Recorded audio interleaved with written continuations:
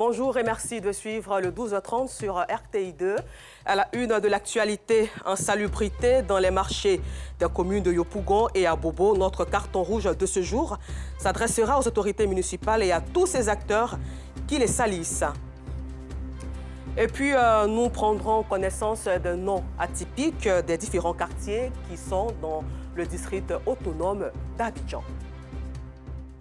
Merci de nous suivre. Les marchés d'Abidjan baignent dans un état d'insalubrité avancée.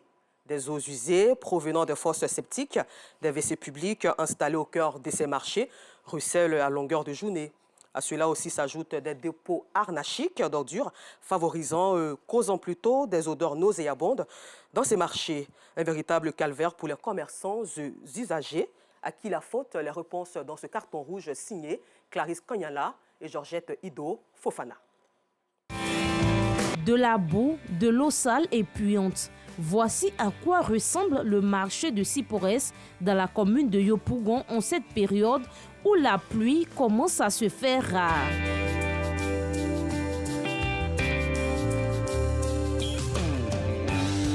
C'est l'eau de caca, mais on fait comme on est obligé de marcher dedans. Siporès, aucun il pleut, aucun ne pleut pas, c'est toujours comme ça. Il y a toujours les ordures. Les dames là même, là où elles s'installent pour vendre la nourriture, là, c'est pas propre. L'odeur, ça nous fatigue. Vous me voyez, non, ici en cache-nez. C'est ça qui fait que je suis en cache-nez. Ils viennent arranger 2 jours, 3 jours, ça se coule encore. On a dit à la mairie, ceux qui viennent nous donner ticket, ils ont dit que c'est pas eux leur rôle. Donc c'est ça, on est dedans là. Cette fosse septique est l'origine de l'eau usée. Depuis plusieurs années, l'eau ne fait que couler d'ici. Certains commerçants mènent des actions qui sont vouées à l'échec. Je balaye parce que ça me draine, ça donne les maladies. L'eau de caca coule, on marche dedans, les femmes vendent dedans et puis on vient acheter la nourriture encore pour aller manger. Au marché de poulet, le constat est bien plus amer. Dans ce décor insalubre, Issouf vend des poulets. L'eau contenue dans ce baril juste à côté lui sert à plumer sa volaille. Une eau propre selon ce commerçant. C'est ça, c'est le sang là qui fait ça avec les fumées. Donc il n'y a pas de saleté dedans. Quand on lave et puis on bouillit seulement, on nettoie et puis on s'en va mettre de l'eau et puis on se lave. L'insalubrité est une réalité dans plusieurs marchés d'Abidjan. Dans ce marché à Abobo, Drissa est gérant de toilettes publiques depuis 10 ans. Des toilettes fréquentées à longueur de journée, plutôt puantes et sales. Un risque d'infection. Si tu as sauvé, tu peux rentrer dedans. Si les gens rentrent dedans, tu peux mouiller plus que tu as pisé dans le pantalon. Oui, bien, tu as pisé ça dehors. C'est mouiller plus que ça. Ces eaux issues des toilettes de Drissa ruissellent continuellement dans le marché. Elles créent de la boue et les vendeuses y placent leurs marchandises.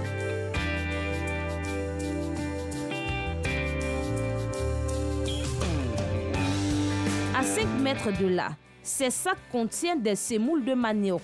Ils sont devenus des mâche-pieds. Dans ce décor, Aline et plusieurs autres femmes s'approvisionnent pour commercialiser la ticket. Un repas très prisé par les Abidjanais. Les gens ne veulent pas rentrer au fait. Parce qu'ils n'aiment pas la boue. Donc pour rentrer, ça les fatigue. Donc ça les calme. Ils restent dehors là-bas. Ils ne veulent pas rentrer ici. À ces eaux usées s'ajoutent les dépôts anarchiques d'ordures.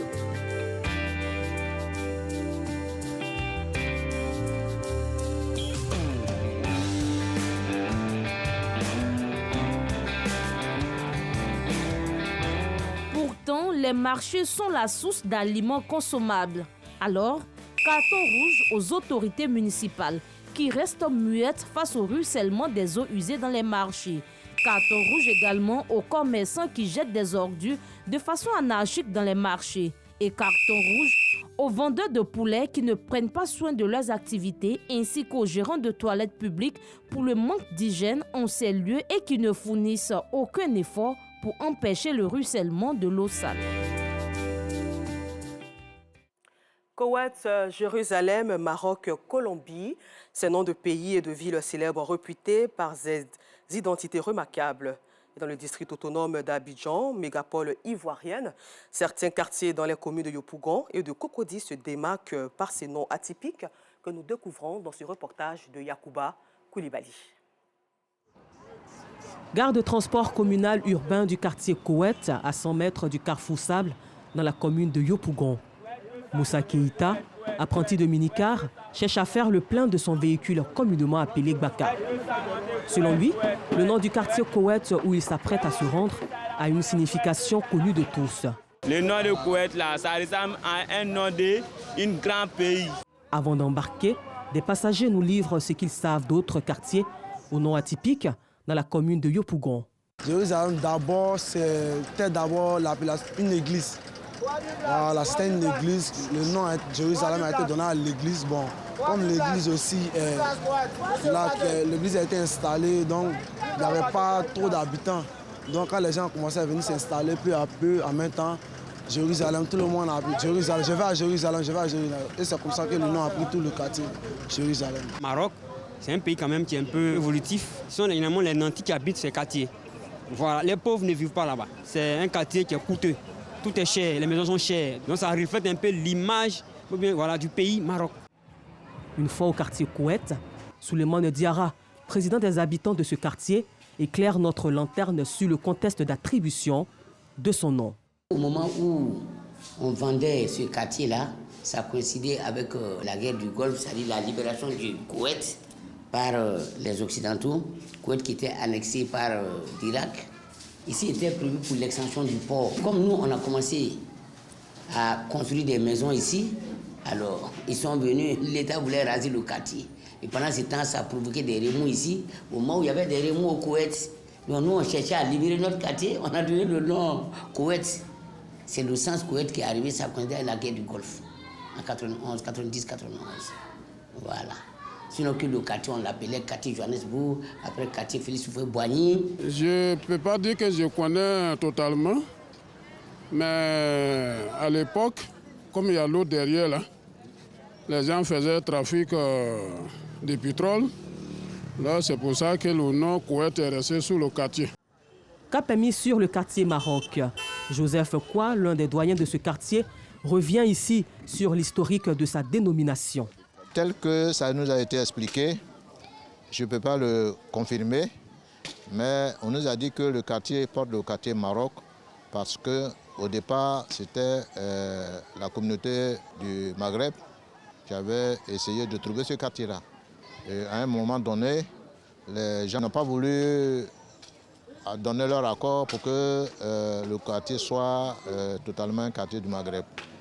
C'est ainsi que, comme c'est le Bénet qui a suivi les travaux, alors les terrains ont été vendus par le Bénet au prix de 224 mètres carrés à 1 250 000 et les 318 mètres carrés à 1 350 000.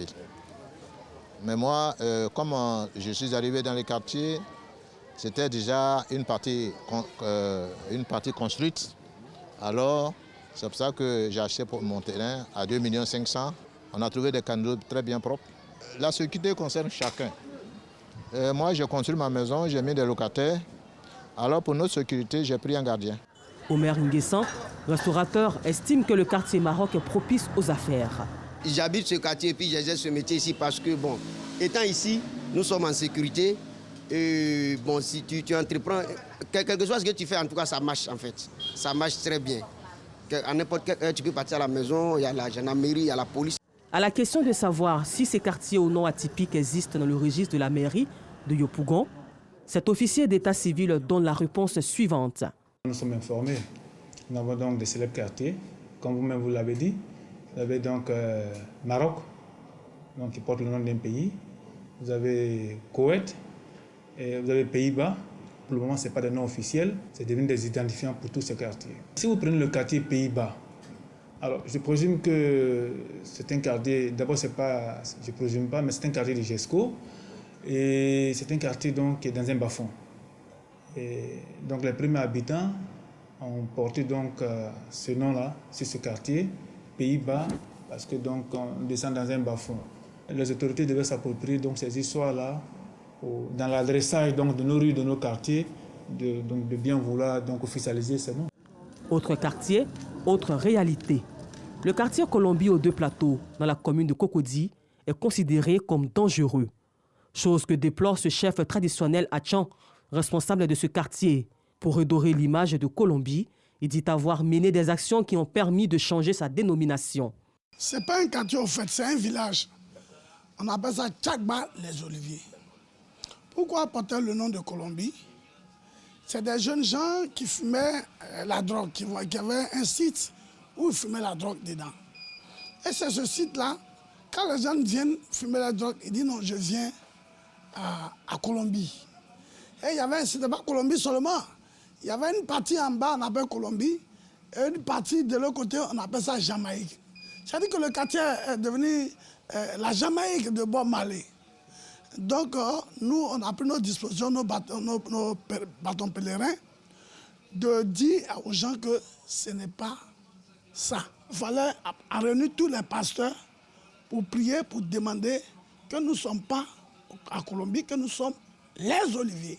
Son impact sur la population, c'est que c'était un désordre, un coin où on agressait les gens.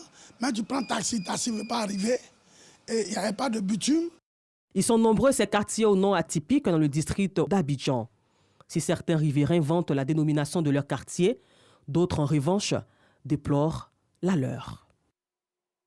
Un mot de paix et de cohésion sociale dans ce temps d'information. Les fils et filles du village Téhéri, Zikekou, village situé à 30 km de la ville de Gagnoa, travaillent désormais main dans la main pour le développement de leur localité après de violents affrontements intercommunautaires. Maïssa Kogeya. Grosse bourgade de plus de 6000 âmes, Téhéri, l'un des plus gros villages du canton Nekedi, à une trentaine de kilomètres du chef-lieu de département Gagnoa, a vécu des moments difficiles lors de la présidentielle de 2020, occasionnant des destructions de biens immobiliers notamment. Près de 10 mois après, les jeunes, regroupés au sein du mouvement de la jeunesse urbaine de Téhéri Zikekou, ont initié une journée de paix et de cohésion avec les communautés autochtones et allogènes afin d'opter pour le développement. Si nous avons organisé cette journée, c'est pour qu'on soit un. Ensemble, on est fort. Divisé, on est faible. Pour que Téhéri aille de l'avant, il faut l'union. Il faut que nous nous mettons ensemble pour que nous puissions développer ce village. Invité pour son expertise en matière de paix, la Fédération pour la paix universelle section Côte d'Ivoire, présidée par Akasaye Lazare, a invité les cadres de la région du Go à cultiver la fraternité. Aujourd'hui, on a besoin d'être ensemble. Sans la paix, nous ne pouvons rien faire. Donc cette cérémonie réunit tous les cadres de notre région. C'est ensemble dans l'harmonie et la joie que les cadres de la région du Go ont posé la première pierre d'un bâtiment de 3 classes qui devra remplacer à court terme cette bâtisse de fortune qui fait office de salle de classe depuis plusieurs années à Téhéri. Hors de nos frontières, jour d'élection générale en Angola, 14 millions d'Angolais choisiront ce mercredi 24 août leur député, leur président de la République. 7 partis politiques et une coalition sont en liste, mais la bataille pour le pouvoir se jouera une fois de plus entre le MPLA, le Mouvement pour la libération de l'Angola, et l'UNITA, l'Union nationale pour l'indépendance totale de l'Angola, qui se sont battus pendant plus de 25 années de guerre civile. Il faut souligner que le MPLA gouverne sans partage depuis l'indépendance du pays, mais le jeu semble plus ouvert pour ces élections de 2022. Et puis en Thaïlande, il avait promis de restaurer la démocratie, mais n'a cessé de resserrer son emprise sur la Thaïlande, jusque-là imperméable à toutes les crises. Le Premier ministre Prayut Chan-o-cha a subi un premier revers de taille ce mercredi 24 août. La Cour constitutionnelle l'a suspendu et doit trancher sur son mandat, saisi par des députés de l'opposition. Elle s'interroge sur la légalité de son pouvoir. Le dirigeant est suspendu donc le temps de démêler le nœud juridique. La procédure devrait lui prendre plusieurs semaines. L'opposition aussi brandit l'article 158 de la Constitution de 2017 qui limite à 8 ans la durée en poste du Premier ministre. À noter que... OK, merci beaucoup à vous. Voilà, c'est tout pour aujourd'hui. Rendez-vous demain, 12h30 sur RTI2.